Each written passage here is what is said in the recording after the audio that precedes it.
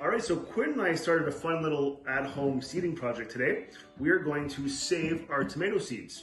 So what we're going to do here, we have tomato seeds that are cherry tomato variety, and we have the larger variety that we've already put into a jug over here.